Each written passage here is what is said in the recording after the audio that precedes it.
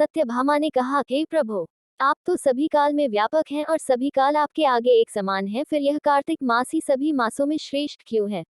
आप सब तिथियों में एकादशी और सभी मासों में कार्तिक मास को ही अपना प्रिय क्यों कहते हैं? इसका कारण बताइए। भगवान श्री कृष्ण ने कहा, हे भामिनी, तुमने बहुत अच्छा प्रश्न किया है। मैं तुम्हें इसका उत्तर देता हूँ, ध्यानपूर्वक सुनो। इसी प्रकार एक बार महाराज बेन के पुत्र राजा पृथु ने प्रश्न के उत्तर में देवर्षि नारद से प्रश्न किया था और जिसका उत्तर देते हुए नारद जी ने उसे कार्तिक मास की महिमा बताते हुए कहा, हे राजन, एक समय शंख नाम का एक राक्षस बहुत बलवान एवं अत्याचारी हो गया था।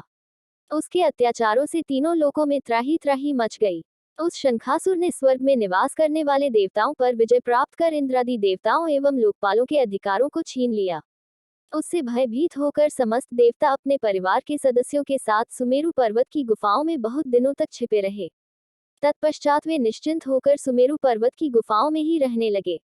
उधर जब शंखासुर को इस बात का पता चला कि देवता आनंद पूर्वक सुमेरु पर्वत की गुफाओं में निवास कर रहे हैं तो उसने सोचा कि यही कोई दिव्य शक्ति अवश्य है जिसके प्रभाव से अधिकारहीन ये देवता अभी भी बलवान हैं। सोचते सोचते वह इस निर्णय पर पहुंचा कि वेद मंत्रों के बल के कारण ही देवता बलवान हो रहे हैं। यदि इनसे वेद छीन लिए जाएं तो वे बलहीन हो जाएंगे। ऐसा विचार कर शंखासुर ब्रह्माजी के सत्यलोक से शीघ्र ही वेदों को हर लाया। उसके द्वारा ले जाए जाते हुए भय से उसके चंगुल से निकल भागे और जल में समा गए। शंखासुर ने वेद मंत्रों तथा बीज मंत्रों को ढूंढते हुए सागर में प्रवेश किया, परंतु न तो उसको वेद मंत्र मिले और न ही बीज मंत्र।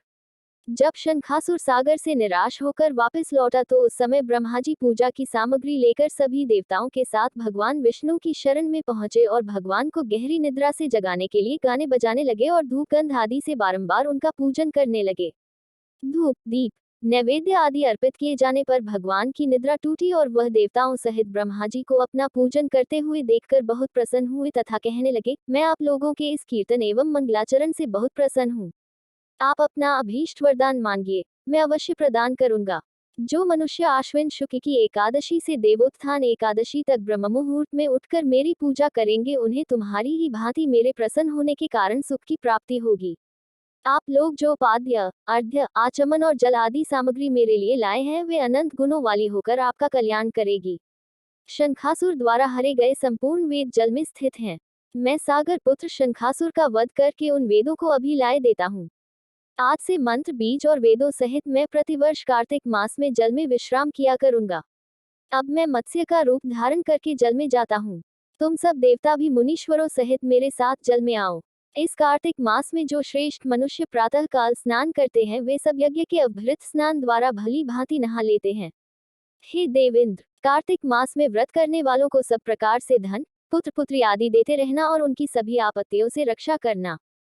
हे धनपति कुबेर, मेरी आज्ञा के अनुसार तुम उनके धन धान्य की वृद्धि करना, क्योंकि इस प्रकार का आचरण करने वाला मनुष्य मेरा रूप धारण करके जीवन मुक्त हो जाता है। जो मनुष्य जन्म से लेकर मृत्यु पर्यंत विधिपूर्वक इस उत्तम व्रत को करता है वह आप लोगों का भी पूजनीय है। कार्तिक शुक्ल पक्ष की एकादशी तिथि को तुम लोगों ने मुझे जगाया है, इसलिए ये तिथि मेरे लिए अत्यंत प्रीतिदायिनी और माननीय है। हे देवताओं, ये दोनों व्रत नियम पूर्वक करने से मनुष्य मेरा सानिध्य प्राप्त कर लेते हैं। इन व्रतों को करने से जो फल मिलता है वह अन्य किसी व्रत से नहीं मिलता।